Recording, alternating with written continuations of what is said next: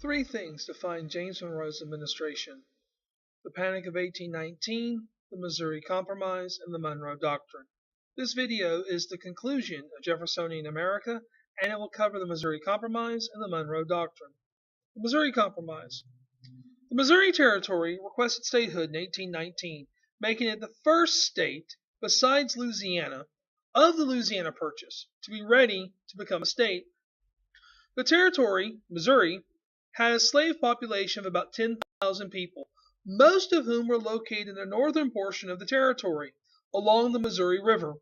The southern portion of the territory was mountainous, it's the Ozarks, and not conducive to slavery at all. Thus in Missouri is a microcosm of what's going on in the United States. It is divided sectionally into Missouri as the nation is overall. James Talmadge, a Republican from Kentucky, proposed that Missouri be closed to slavery and that freedom be given to Missouri slaves over the age of 25. Now, this amendment to the Missouri Statehood Bill, yes, it was attached to the Statehood Bill. It passed in the House of Representatives, where there were more Northerners in the House at the time, but it died in the Senate. And it dies in the Senate because it just so happens that in 1819 there's an equal number of slave states in the Union as free states, thus an equal number of free senators and slave senators. Enter the need for compromise, because Missouri does need to become a state. Senator Jesse Thomas, who's a Democratic Republican from Illinois, he proposed a compromise that would allow Missouri to write a state constitution without Talmadge's amendment. Thus, Missouri would then be admitted to the Union as a slave state, where slavery would be allowed. At the same time, the territory of Maine would also be admitted to the Union as a free state, where slavery would be prohibited. And the admission of these two states would maintain the balance between slave and free states in the Senate, thus making it impossible for Congress to decide on the issue of slavery. In modern day terms, this is the ultimate version of kicking the can down the road. And then finally, in Thomas's compromise, slavery would be prohibited north of the city's 3630 line in the remainder of the Louisiana Purchase. This is why everything north of Kansas would be considered free, and everything south of Missouri and Kansas would be considered slave. This, in a nutshell, these three parts: Missouri a slave state, Maine a free state, and this 3630 line prohibiting slavery. This is the Missouri Compromise. Also, I might add, this extends the boundary between free and slave states, which starts at the border of Pennsylvania and Maryland, the Mason-Dixon line. It runs west to the Ohio River, and then the Ohio River down to this 3630 line. What the Missouri Compromise does is it introduces the issue of the expansion of slavery in the territories. And if there was a single spark to what ultimately becomes the American Civil War, this is it. This issue of the expansion of slavery in the territories. This is the one issue that the Founding Fathers couldn't solve. This is the one issue that this generation of Founding Fathers, the Clays and the Calhouns and the Houstons, they can't solve it either.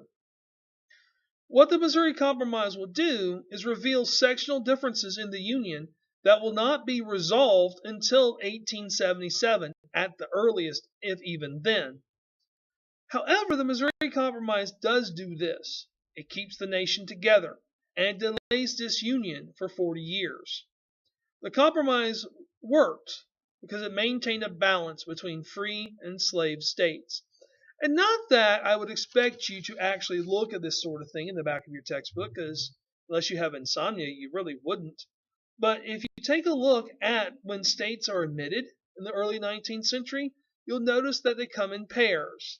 In 1821, Missouri came in as a slave state. Maine comes in the same year as a free state. In 1836, Arkansas comes into the Union as a slave state. Michigan comes into the Union as a free state. In 1845, Florida and Texas are admitted to the Union. Both are slave states. For a very short period of time, the slave states have a majority in the Senate. But if you look right after that, in 1846, Iowa is admitted to the Union as a free state, and in 1848, Wisconsin is admitted to the Union as a free state, thus bringing the balance back. Second issue, or say the third issue of Monroe's administration, is the Monroe Doctrine.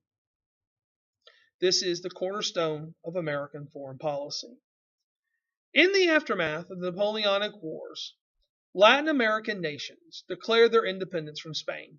The Spanish Empire, as we knew it back in the collision of cultures, is now no more. It has now been, all these colonies have broken up into their own republics. Most Americans of this time saw these Latin American revolutions as a renewal of the spirit of 1776.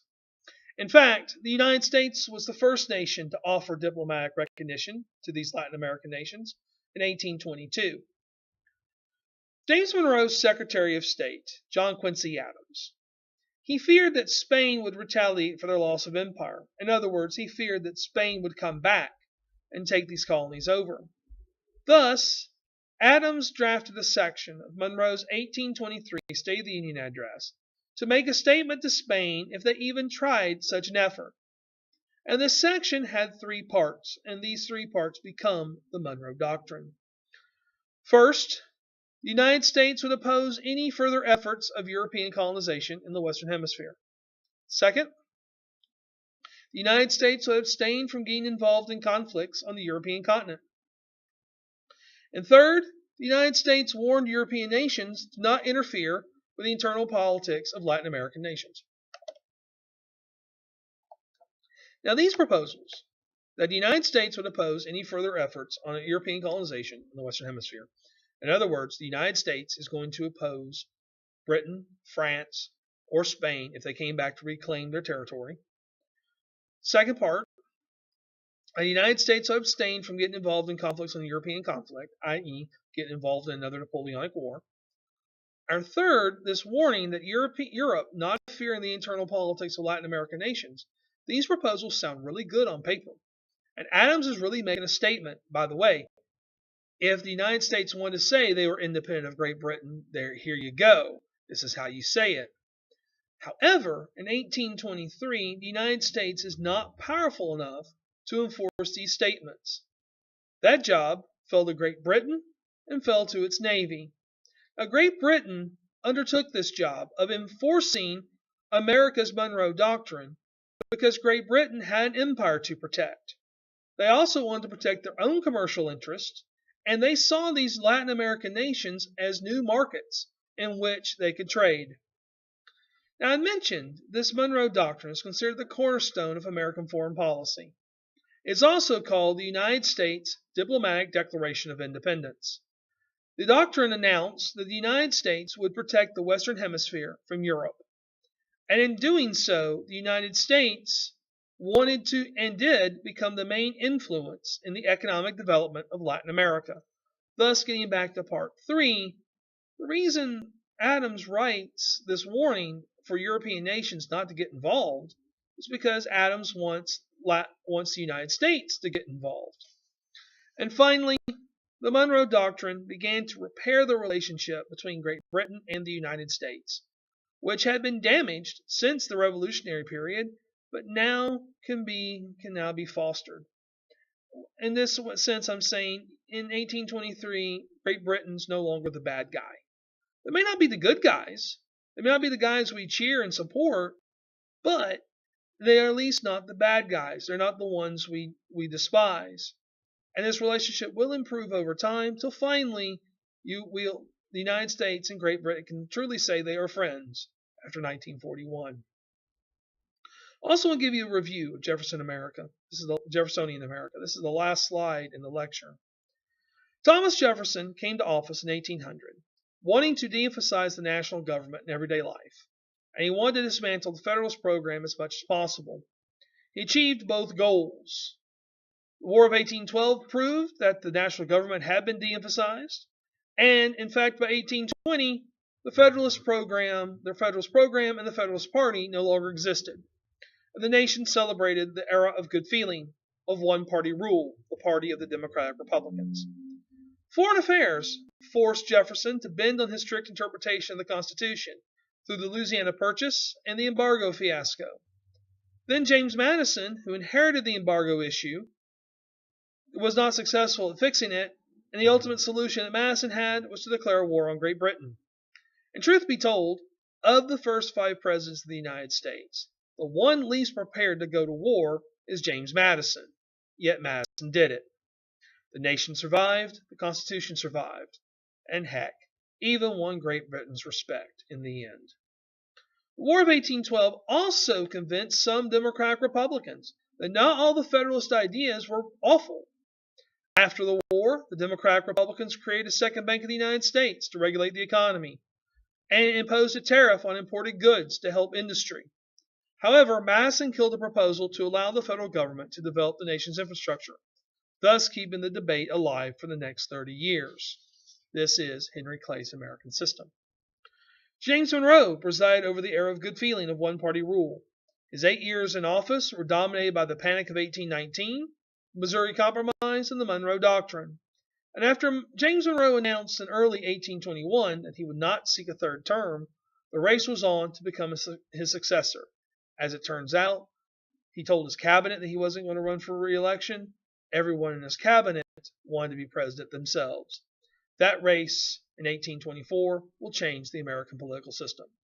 Thank you for watching this video that ends the lecture on Jeffersonian America. If you have any questions, please feel to email me at keeds@nctc.edu or check the inbox button there on Canvas. And as always, may the force be with you on your next exam. Thank you.